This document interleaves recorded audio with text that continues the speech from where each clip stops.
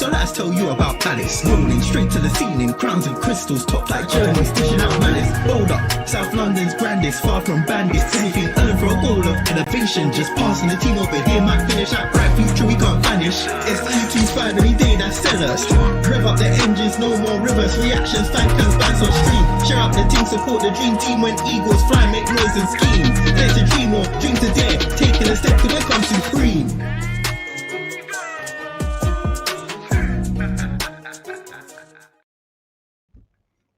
Hello everyone, and welcome to the reaction to our 1-1 draw at home to Nottingham Forest.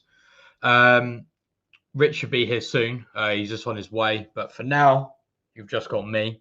I'm doing good. And obviously looking forward to Thursday now for the Fredrikstad game, and hopefully we'll win that, and then hopefully we'll get a good draw on Friday for the league phase. But anyways, let's have a look at some comments before we move on. So big up Patrick. Conor Gallagher, anyone shift to the formation of 3-5-2 and play Wharton, Hughes, Gallagher. Not much creativity, but plenty of gusto and grit. I think we kind of play a version of that anyway. Like last season, especially when Wharton wasn't in, was injured. I think we kind of played that because I think Eze would drop a bit deeper on that side, and he would kind of help the middle a bit, because I think we were or can be prone to being overrun in the midfield, because obviously we've naturally got two players there versus a lot of teams will have three there, normally like a double pivot and some sort of attacking midfielder, or even like a box midfielder. And here he is. So I think we kind of play like that anyway, and with Devaney as well. Obviously, I feel like, obviously, if you disagree with me, say so, but I feel like Devaney is more of an 8 rather than a 10. So I think we kind of naturally play that already, really. I prefer Gallagher as a DM. I've noticed this season GLASNER has pushed one of the DMs to the pockets, something I can't recall last season. I think we were doing it last season, because I do remember like Lerma doing it quite a lot last season.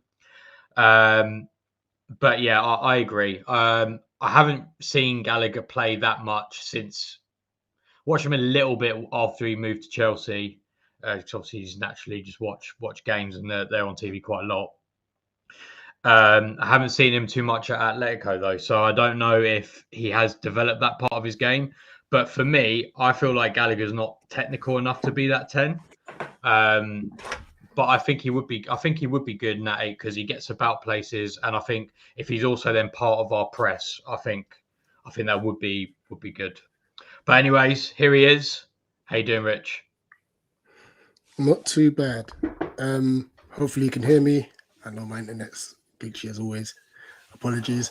I was out in where was I? Out with the family in like Richmond and like Kew Gardens, and very nice. Yeah, when you got kids, you got to try and make up these bank holidays and all of that. So I was literally like putting my foot on the gas, and there was just too much traffic. Too much traffic. But yeah, I'm good. How are you? Good. Yeah, I'm good. Just a normal day. I'd work today, but I'm here now. Work on a bank holiday? That's nasty. Well, as an apprentice, I get the choice, so I can. But I get the day back. So I'm saving that for the European tour. Exactly. I hear that. Now, I just overheard that you obviously chatting about like Gallagher. I think you're spot on regarding the 10 position, because I think he works better in an 8. But if there was a team where we're trying to deploy the press, he'll be fantastic in that 10 position. Sure. Because that's something he definitely does. But I think I saw a report that it's not happening. They don't want to send him out.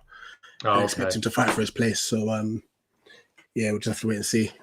Makes you wonder, doesn't it? Like, I know this is obviously nothing to do with Crystal Palace versus Nottingham Forest, but like, how can they be so adamant about him going, like, about him staying, and then like, do you know what I mean? Like, it just doesn't make any sense. Like, why would we try for a loan if they're so adamant that he like? this is an unpopular opinion, and this might be a bit conspiracy theory, so bear with me. But like, dude, I don't know. Maybe it's just a bit of like PR because obviously the board know that Conor Gallagher is very, very loved at Palace. So you wonder whether it's a bit of a PR stunt, kind of a bit like how Daniel Levy just chucked in a random bid for Mark Gahey. But I don't know. It could be that, and I guess it could also be trying to take the negative attention away from the banner that was displayed yesterday. Also that as well. Also that as well. Big up 3-Star Red. Thanks for tuning in. Game 4 between two equally matched squads. And actually, you know what? Before I'm going to come back to your comment, but I'll just say hello to everyone else. Yeah. And because I was going to question the squads. Easily matched sides. I think like first 11s. We're about to sit, but your squad's way better than ours. Yeah, and I've got the lineups and the squads in a minute, so we'll look at those in a minute. Big up Chairman, big up Damo, big up Dog, big up 3-Star Reds. Yeah, Deveni more of a central midfielder. Yeah, totally agree. I think we'll come back to that a bit later, but that is a good point. And then Chairman saying big up Rich. So yeah, let's go back to 3-Star Red's comment. A game for firstly, I agree in the sense that I think it was a well fought game.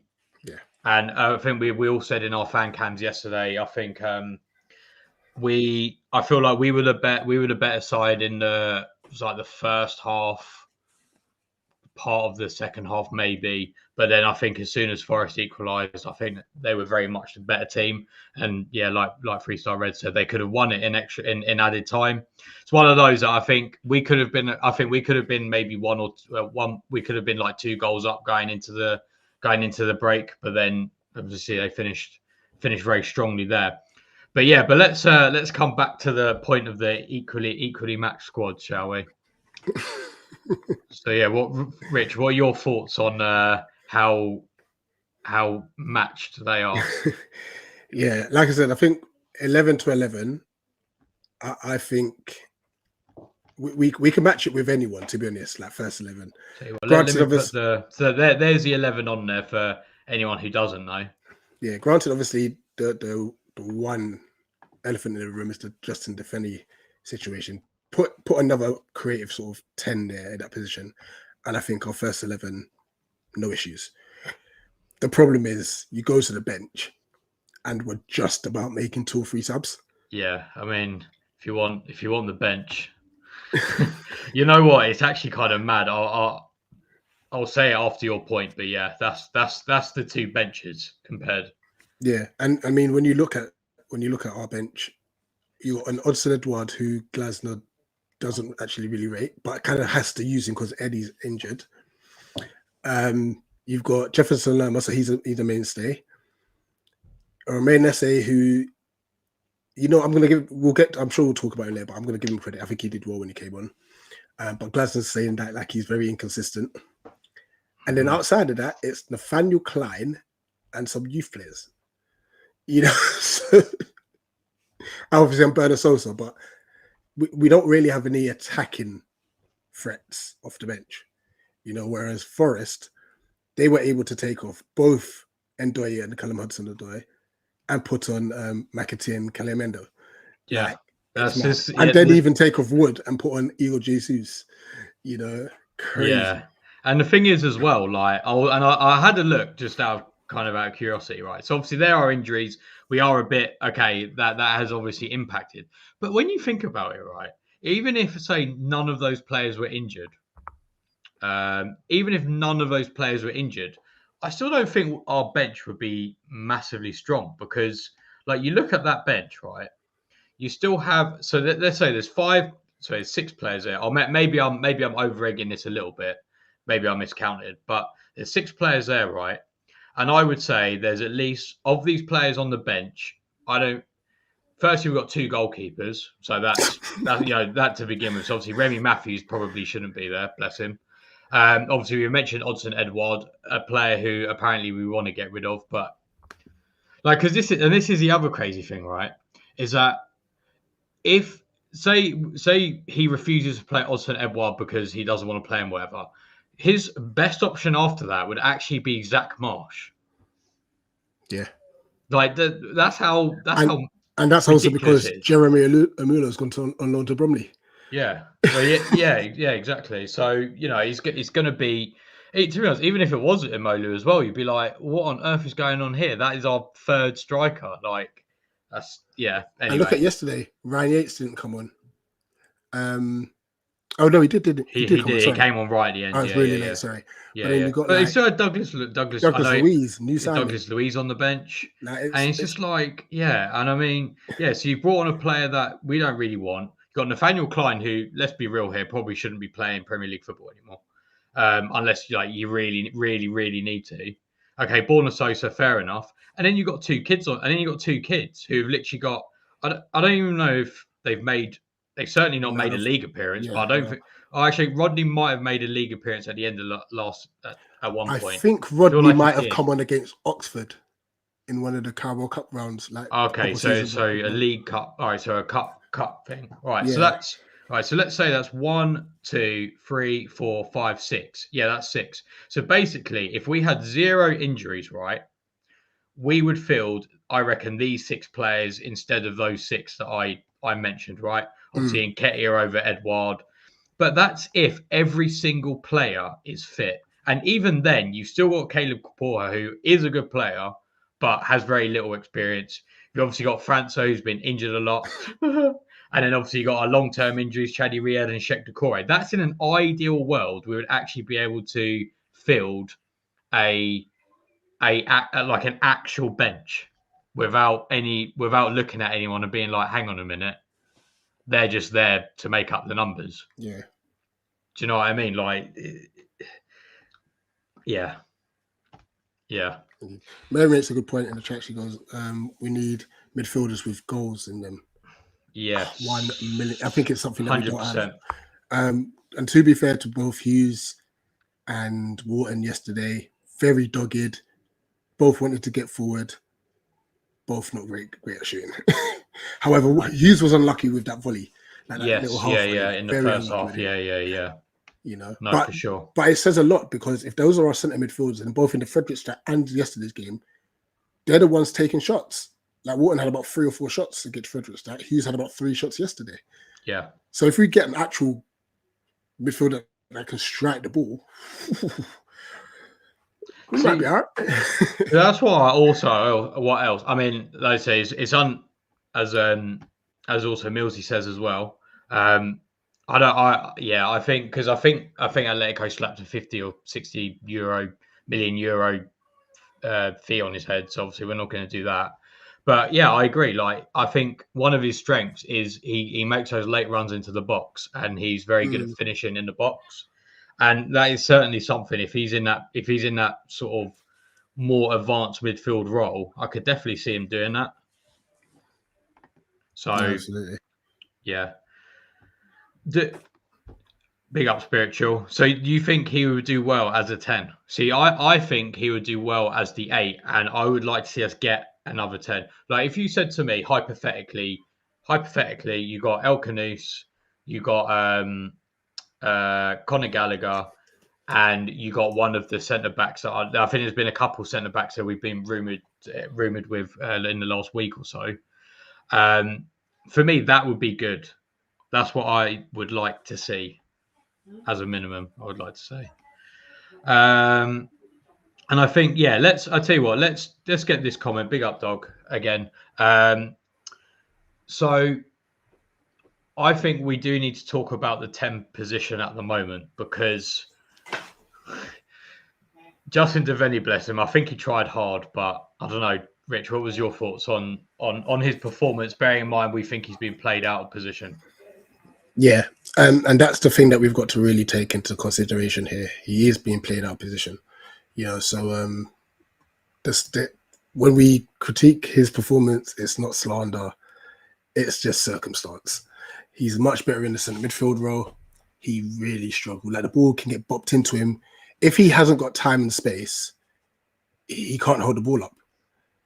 And then if he does have time and space, he's still looking backwards at times. I think there's once that he got past the ball into the middle of midfield, and he just needed to turn, and he didn't do that. He played backwards, and you can hear the groans from the crowd. Once again, I'm not blaming him whatsoever. We should not be in a position where one of our young centre midfielders, a young one at that, has to start in the 10 position.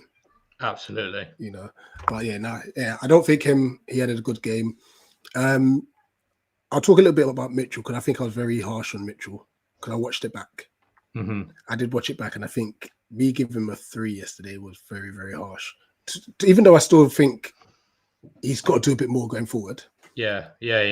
His actual overall game was a lot better than what I gave him credit for and stuff. Yeah. And I think it also culminated in the fact that Devaney and Sarr both dropped so deep that Mitchell didn't bomb on when he should have bombed on, because he was just thinking, obviously, I've got to think of Ndoye. Yeah. You know? So yeah, I'll just put that first. I'll retract my 3 from Mitchell, and I'll probably bump it up to like a 5. I thought defensively he was good, but in attack I thought he was Tyron Mitchell. But I think whilst we're on this 10 discussion, I think let's talk a bit about Romain Esse as well. Like, so I agree. I think Devaney's a grafter and he's tenacious, and that's why he's good in that 8 role. But you need someone in that 10 role who is press resistant, I think, because when you've also got Sarr on the pitch, you want to free up as much space on that right-hand side as possible for Sarr and Munoz to run into. And I think you need someone who draws players and is press resistant on that side. Devaney's not that guy. Yeah. It's not his fault, I don't think. But then we did bring Romain Esse on, and I thought he was really good. Like, I thought there was a couple of nice little skill moves that he did, but importantly, what he did was he managed to get the ball under pressure and was able to get out of it. And I think one thing he could refine is I think he could maybe find passes a bit better just after he's done that, like keep his balance or a bit quicker. Yeah, or a bit quicker. I think that would be my only criticism for him in that regard. But in terms of actually doing the hard bit, I think he did really well. Yeah, obviously, I think the one thing we were all looking for from him is, could he work hard defensively? And he did a decent job at that too. He did, to be fair. You know, you saw GLASNER on the side, which is good to see. You know, that's all GLASNER wants. Yeah, players that work. That is it. I don't even think GLASNER cares about so much the quality, because I think he can refine that and stuff. But as long as you can work hard at the start, he'll make the rest of it work. And that's why we have to enjoy this. I think it's his last year. If he signs anything more, we're going to be jubilant. But what I saw of him yesterday against the first side, who has a bigger squad, he managed to make us compete. 3 days after a European game, so we're obviously knackered, minimal rotation, lack of a squad, and he made us compete. And that's all we asked for, you know. And as long as we get this window right, I think we can go into next week's game. I mean, actually, it's this week, isn't it? We got Villa. Yeah. We've got to get someone in by Wednesday. Yeah. We got to get someone in by Wednesday, and they could probably feature at Villa. Because obviously they won't feature, because they can't feature against Frederick's. But I think, I'm saying this now, we lose GLASNER, or he says he's not re-signing, I think there'll be a new banner up. Yeah, I think so too. And actually, because I saw Animal's comment, so I'll chuck that on there now. And yeah, 3-star Reds totally agree. Both, Matt. If you put what's happening with Nuno, I haven't seen anything. I've only heard like rumors, but I don't know what is going on about. So from what I've gathered and talking to other Forest fans, it's there's an issue between Edu and Nuno, and I think it started off. And please correct me if I'm wrong, 3-star Reds, and then if there are any Forest fans in the chat, I think it started off with the fact that Nuno wanted Adama Traore and Edu said no. So that relationship kind of went a bit bad. But Marinakis is a big admirer of Edu. So it seems as if he's taken Edu's side. Oh, I see. Which has annoyed Nuno. Yeah, right. So yeah, I think that's what it is, but we'll see. Okay, fair enough. But yeah, big up Animal. ownership as it is isn't fit enough for European football. I think I'm gonna. Well, actually, Rich, you can go first. I'll throw you under the bus. What do you think? What do you think? I think the ownership structure isn't fit to let us progress. No one's going to dispute that Parish, in the grander scheme of things, he's done a great job. But what I think we need now is someone who's going to be able to say, here's the money, but still allow Parish to kind of do the ins and outs of actually making sure the clubs run as efficiently as possible. The only way that happens is if Parish then becomes an employer of whether it's Woody Johnson or someone like that, but has that kind of like, still has a kind of like a chairman-y role. Yeah. Because it would mean he would have to get rid of his shares, which I don't think he will do until the stand's done. And we don't know when that's happening. So that's where I think we're at with that. When the stand's done. Yeah. So that's what I think. How about yourself? Yeah, to be honest, I agree, and I also agree with Millsy here.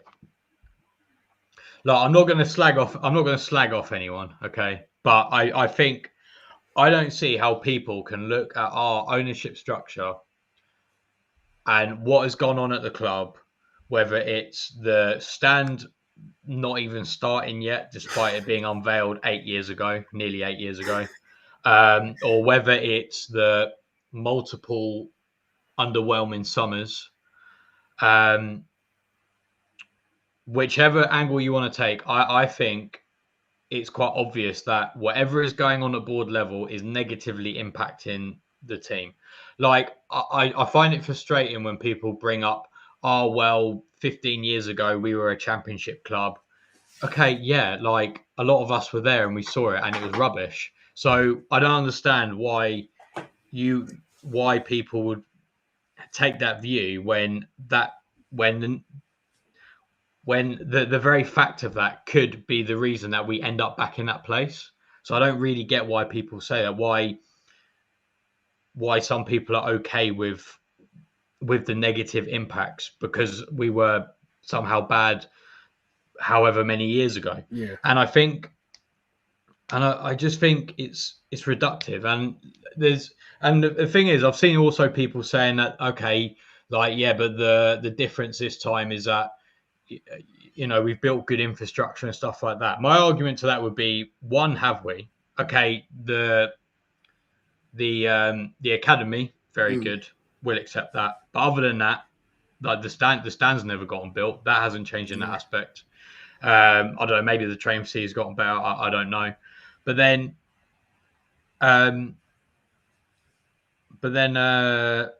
you can look at there are examples of teams who have done that and gone down and not really recovered. Like, look at Leicester, for example. Leicester, in Premier League champions, FA Cup champions, were regulars in Europe for a few years. One year they finished 8th, albeit very, very fortunately. Finished 8th, following season they were relegated. Where are they now? Okay, they came back up once, but then they got relegated again. So I think there's a cautionary tale of being too cautious. I'm not gonna sit here and say we're in the relegation mix. To be honest, even if Glasner walks, I don't think we're in the relegation mix because I don't know. I feel like there are 3 worse teams than us. I mean, unless we make a really bad decision, perhaps, I don't know, but I can't see that happening. Yeah, and when you look at our last 4 windows as well, and I'm particularly talking about last 4 summer windows, it's a pattern. So Vieira came in, did decent first season. In that second season where he wanted the summer window to be good, nothing. Got to January, I think he only signed Hamada, got sacked. Where Hodgson comes in, does a madness after Vieira gets sacked. Summer window, they decide to keep him on, didn't back him adequately enough. Yeah. He then goes for a tough patch. Gets sacked. Glasner then comes in, gets to the summer, like, does a madness, gets us to the summer, didn't get his signings early enough. Granted, we had European international football and all of that stuff. Wasn't happy. To then have our most successful season ever to not back him around again. Mm-hmm. That's 4 consecutive summers, and then you got the January window with Vieira because he only got a Hamada. Did we sign anyone last January or the January Last before? January. Last January was Jimenez, sorry. What was the January before? Water, wasn't it? Yeah. Yeah. So yeah, the Januaries aren't too bad, but it's the summers. It's the summers which is a big problem. But yeah. Totally, and I think Animal actually brings up another good point about obviously some players we've lost. The thing is, the Elite thing I can kind of get because I mean ultimately he's the one that does it, and apparently he's got one at Bayern as well. So how much it is, I don't know, but and to be fair to Elise, he managed to secure us an extra 15 mil. Oh, has he? Oh yeah, because he re-signed. Yeah. So where his release clause was 35. Yeah. Obviously he signed it, it was 50. So yeah, for sure. The gay thing, I'm going to take a slightly different angle to I think what most people would take here. I think with the gay thing, I'm not annoyed necessarily at not selling him. And the reason why I'm going to say that is because I actually think we were proactive in getting Chaddy Riyad. But to be fair, I feel like we weren't going to foresee his knee exploding. So I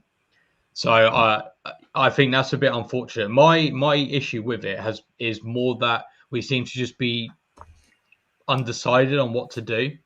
And I think it's got, personally, I don't know what you think, Rich, but I think it's gotten to a point where it's actually not worth selling him anymore because the amount of money we'd actually get for him, one, would we be able to find another centre back in time?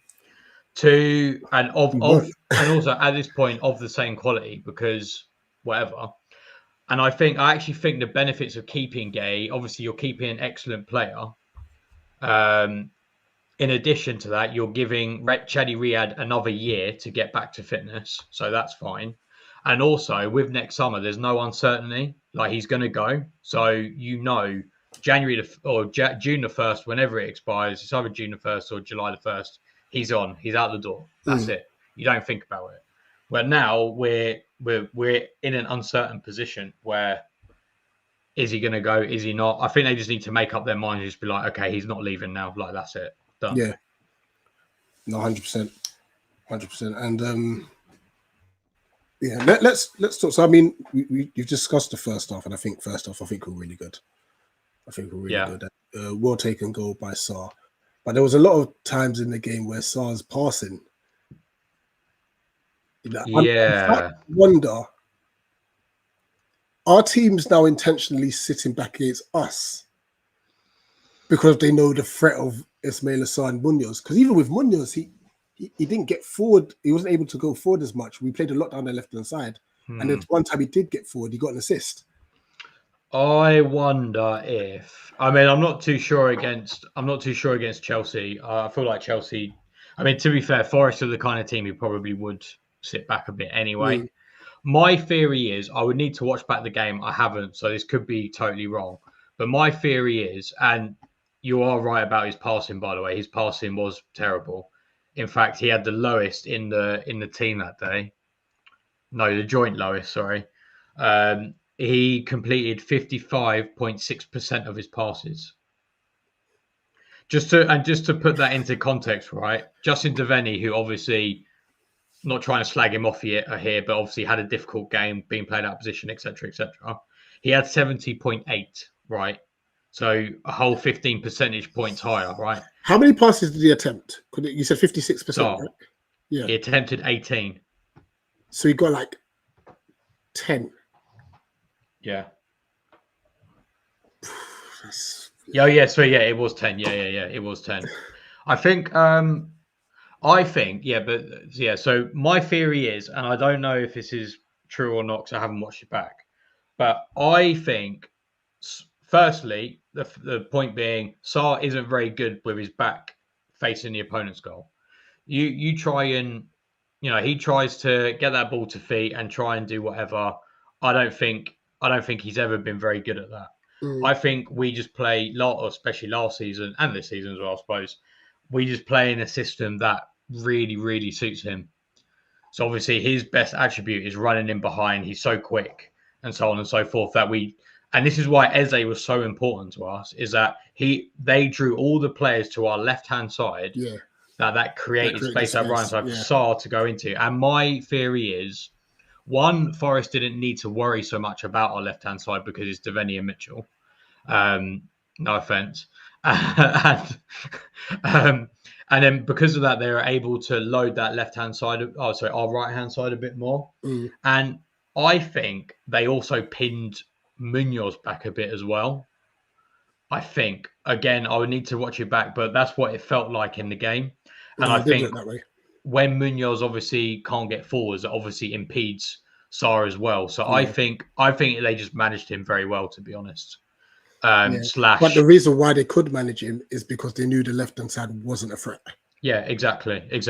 And I think it would have been very interesting. Obviously, we'll never know now, but I think it would have been very interesting to see what happens if SA had started that game, because maybe they would have had to think about him a bit more, perhaps. But you know, the crazy thing, everything's a hindsight, because we were thinking Devaney would probably have to start this game just for the work rate. Yeah, because of the likes of on Aina, like I've spoken to some Forest fans, they said they didn't have a good game. I thought he was technically very good. I was like, this guy's tiny. And obviously Ndoye, Cho and Williams, they pretty much got two very attacking wingers and two attacking fullbacks. So I'm thinking defensively, the right move. But then obviously when the game's going on, we're thinking Forest are negative.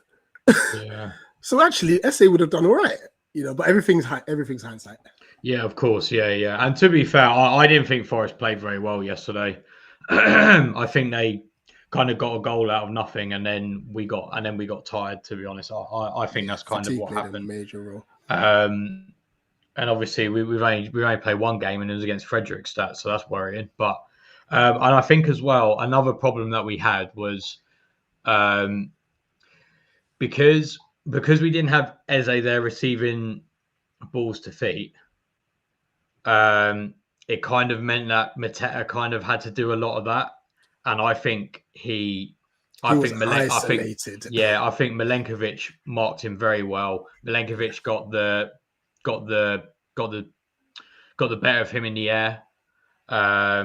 I'm not too sure how well he stood up against Murillo. I can't really remember, but between him and Murillo, I don't remember Mateta being able to hold up the ball too much. Again, is that tiredness from having to play 90 minutes on Thursday as well? Perhaps. But I thought Forest did marshal him very well, and I thought that was another thing that we struggled with because then again, like it's like, okay, Devaney's not doing well, Mateta's not holding up the ball, so then you are relying on Sarr. Munoz is being pinned back. It's kind of like, what do we do? To be fair, actually, we did engineer some good stuff in the first half. It's just that second half. I think in the first half, I think Forest really struggled with our width, because I think Forest defend very narrow. Yeah, and I think we overloaded the wings very well in that first half. But yeah, no, absolutely. Let's look at the goal we did concede, though. And I see Tim's in the chat. Tim, I've publicly acknowledged that I was very harsh on Tyreek Mitchell with my player rating. I gave him a 3. I have bumped it up to a 5. But defensively, 1v1, I think it was very good. It's just that first half when he was going forward, it was so frustrating. So frustrating. And I did also mention that he was up for the goal. However, there was another mistake, and Tim, you're not going to be happy about this. Your boy Chris Richards. Oh dear. Lost their header to Ndoye. And then Wharton gets caught because he kind of so Chris lets it bounce, and Ndoye just gets in front of him, and then it kind of weirdly bounces over. Wharton goes. But to be fair, the pass from Ndoye was fantastic. It's just a shame that he just fell asleep for a split second, and Hazard there just quickly made that run, and that was it. Could we look at Henderson?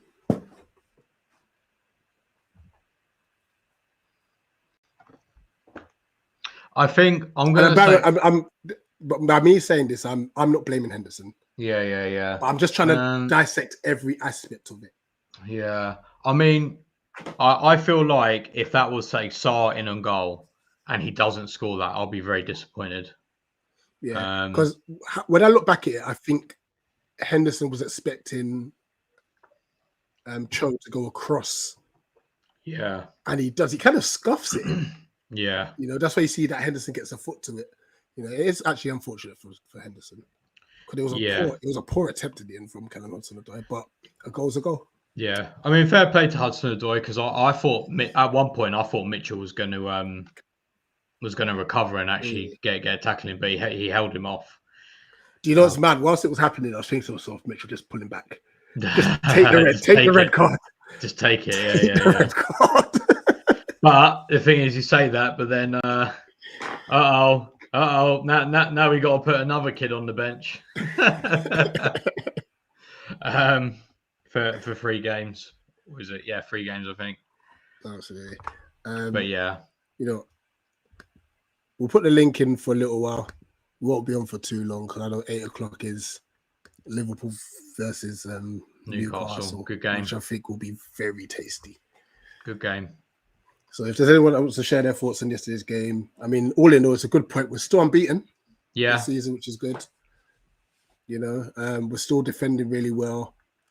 Adam Wharton is something else, by the way. He's just so good. Incredible player. Like I think we mentioned it yesterday. His wavelength, I don't think our players are on it. No. Like he'll just do a quick one touch round the corner and it just catches me like, what? The ball's coming to me, sort of thing. Like his IQ is unreal. It is like when I don't want to brag about my threads, but when I did my thread on Adam Wharton, this was, I think, no, it was before we were rumoured to sign him. Like, you watch his games at Blackburn, right?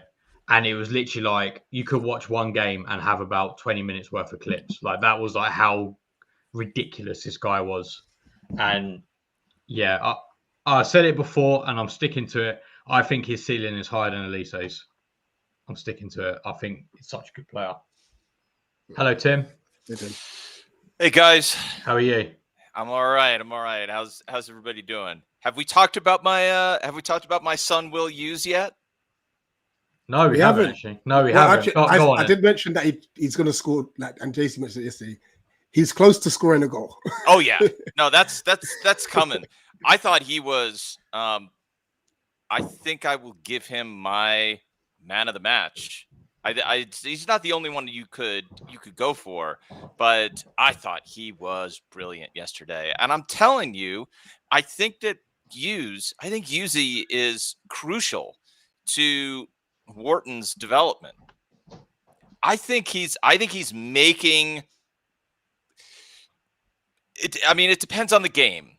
Like, this wasn't really as true, versus Fredrikstad, because they didn't. What did Jay see? They didn't just park the bus; they had the whole depot or whatever it was. They built the depot.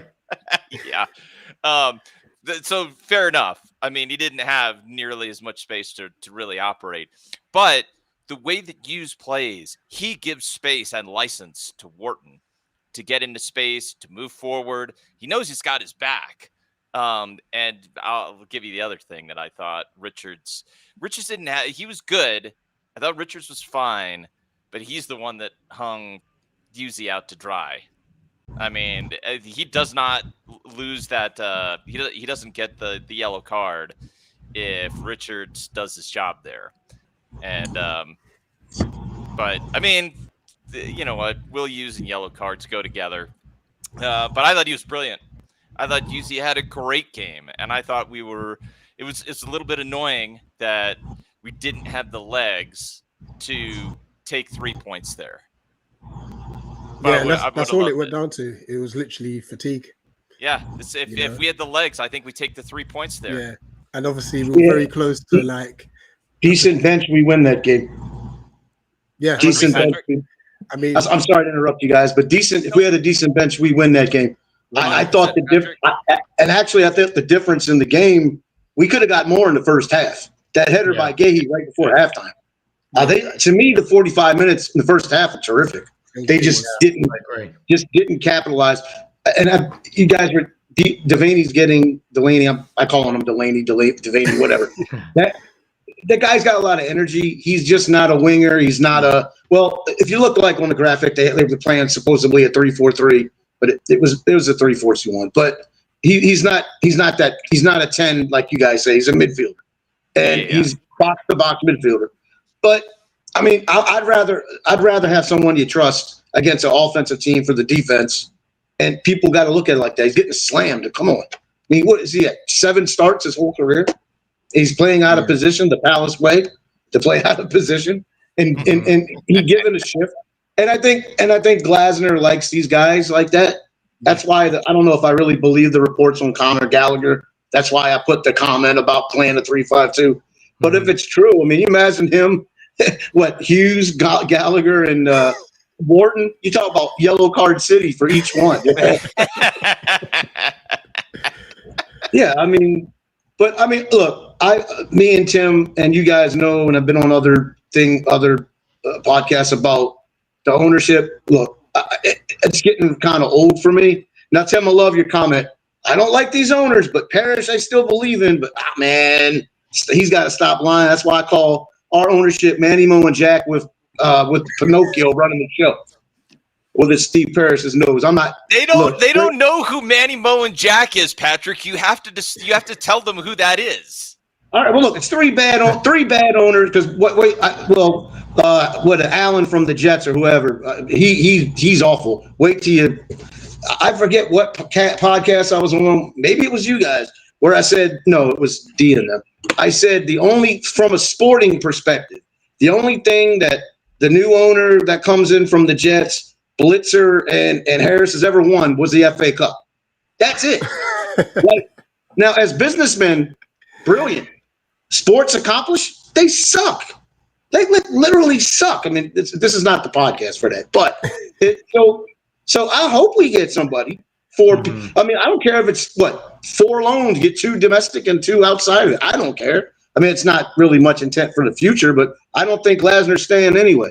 So my attitude going into this year was enjoy the year. Of course, I didn't think they would literally sell Eze a minute before the European game. But, I mean, there's just no rhyme or reason for that. Like, what do you think, Tim, what do you guys think the reason for that was? Why didn't they just do that early? And I don't want to hear, oh, my God, we got kicked out of the Europa League. Okay, Parrish, you handle that. You got 3 other owners or whoever is the sporting director, not sporting director. Get the players in. Like, what do you think the reason for that was? I think the only thing that I can attribute it to, and I'm not deeming it to be like an excuse, I think with the release clause, there was a lot less of a payment. So I think the payment structure would have been like a 20-20-20. And I think was like, no, like unless we get something more than that, we're not doing it. So obviously then the release clause ends. Tottenham walk in like, yep. We'll pay 67.5. We're like, fantastic. Hurry up and do it then. Then it's like, oh, we're going to chuck in Richarlison. We don't want Richarlison. Give us the money. Oh, I'll take Richarlison shit. How about we give you 30 or 40 million up front? No, can you just give us our money? And also go, here you go, guys. Right, see you later, mate. Yeah, there's also a lot of, I mean, look, what's different about the English league versus American sport? Like in American sport, the athletes do not have nearly as much power as they have in the Premier League. And if Ebbs didn't want to go to Tottenham, that deal is not getting done. I mean, I think he was going to go begrudgingly, but he didn't want to do it. Arsenal comes in and he was very motivated to get that done. And I think the player, the attitude of the player had a huge influence on this, but it doesn't invalidate the point that Patrick is making here. It's like the reason I have no issue with the Elise sale is because it accomplishes 2 things. It gets us some money, not full value. We know that, but it was low enough that it's like, okay, if I go to Palace, they're not going to be unreasonable holding me hostage. We can have a reasonable release clause and I'll go on my way. They get paid. I get development. Everybody wins. Like that's the benefit of the Elise deal should have got 100 million for him, but no one was ever going to pay £100 million release clause. That just doesn't exist. I think those days are done now, honestly. Yeah. So like I think it was decent for the message that it sent. This one had, I think, a significant upfront fee that had to be paid, and nobody wanted to do that, and so they were willing to wait it out and see what Palace would do.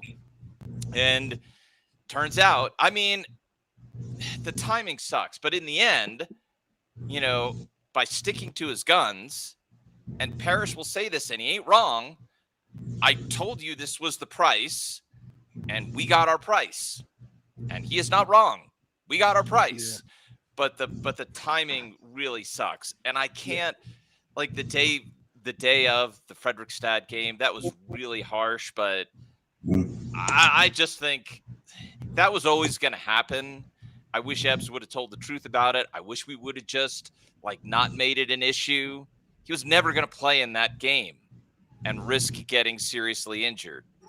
Is what it is. Should have been done earlier. My biggest gripe with the whole Ebbs thing is we were saying we're not letting him go until our replacement is 100% yes, done. And that was that's a huge miss, Rich. He's totally gone. Right. Yep. And then the supposed target that stalled. Yeah. So why did we let him go? Yeah. That's a very fair point. Well, I don't think Elkanus was ever going to leave Leicester. I think after one more year in the championship, Leicester can sell him for a championship record, whatever that would be, because somebody would have grabbed him by now. I think he's staying there. He's not going to Spurs. Spurs don't spend more than $10 on anybody. That's how they goofed up the Eze thing. Look, that's where you miss, Freeman, because he targeted all these guys early. I mean, we still wouldn't get him in early, but we'd get him in. Yeah. I mean, now what? And I've said this before. I mean, what scares me with Freeman gone, I mean, I know this guy is supposedly coming from Wolves, Tim. We talked about him last week. Was it Moody or whatever the hell his name is? Ian Moody. Yeah, he's got a pretty good track record. But that's Hobbs. Ian Moody's the guy who does the action, who now does the negotiating. Hobbs would just be more like he does the contracts. He'd be like okay. But I mean, are we going to go back to the days where we're requiring an over the hill Gary Cahill, or are we going to keep? Or are we going to be Raheem Sterling? To be like I said, over the hill. Or are we going to be able to still get this young talent level like Eze coming in, and Gahey and Elise and those type of guys? Hobbs has a record. Hobbs has a record for that. Dan, do you want to jump in on that? But Hobbs has a record for that. Yeah, I was going to say exactly the same. Like if you look at his because before he was a sporting director, he was the chief scout, and if you look at his time there, to be fair, Wolves, whilst they haven't replaced anyone due to money recently, they have unearthed some good players like Neto, Nunes.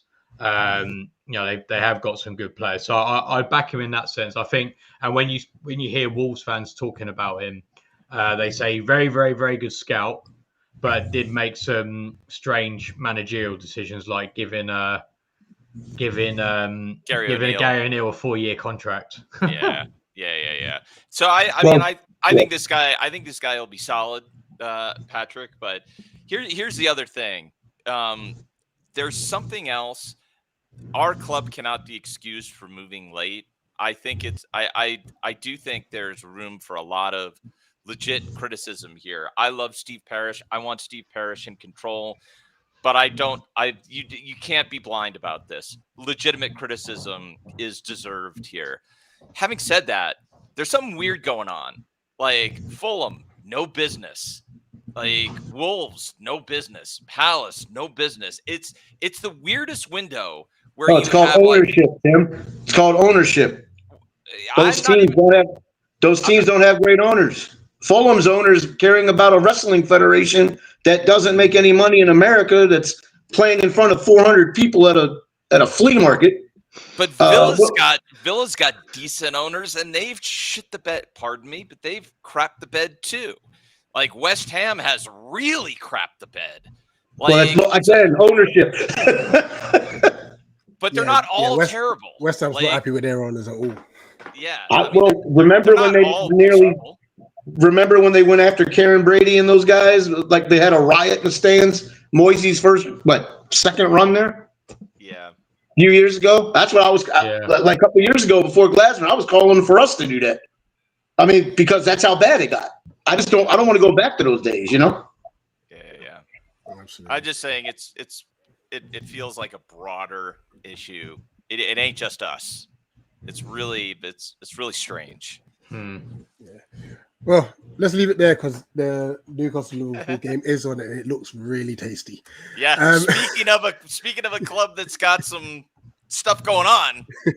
Yeah, true. But we are going to talk more transfers tomorrow. We haven't decided whether Transfer Weekly is going to be live or if it's going to be a pre-record. But we do need to talk about the targets that have left, that we've missed out on, and whether it's been value for money. Like, so we'll talk Ndoye. He's gone to Forest. Was it 34 million? Mm-hmm. Yep. I think we could have got something like that done if we did everything sorted out earlier. So we'll talk about those transfers, talk about the upcoming rumours, including the Conor Gallagher, Solis, Jeremy Pino. We'll discuss those because clearly GLASNER and Parish have two different talent pools. Are you guys going to have a deadline? Are you guys going to have a deadline episode like every year? Monday. Yeah, but what time is it's closed at 5, isn't it? 5 American time. I don't know what time you guys. It's 5 American. It'll be. Let's have a look. It will close on Monday, the 1st of September at 7 o'clock BST. So British summertime. Noon. So that'll be as soon as I get 2 home. o'clock in Philly, Patrick. So we'll probably jump on like 6:30. Okay. Do that the last half hour of the window. Cool. Yeah. And stuff. So we'll do that. But yeah, guys, if there's any players that you recommend that are within our very small budget, let us know because we're literally at list Z. Yeah. Basically, chuck in all your favourite free agents, and we'll see where we can go from there. Absolutely, Tim, Patrick, pleasure for you joining us. Smash the like on the way out, guys, and as always, up the palace. Up the palace. That in the stream.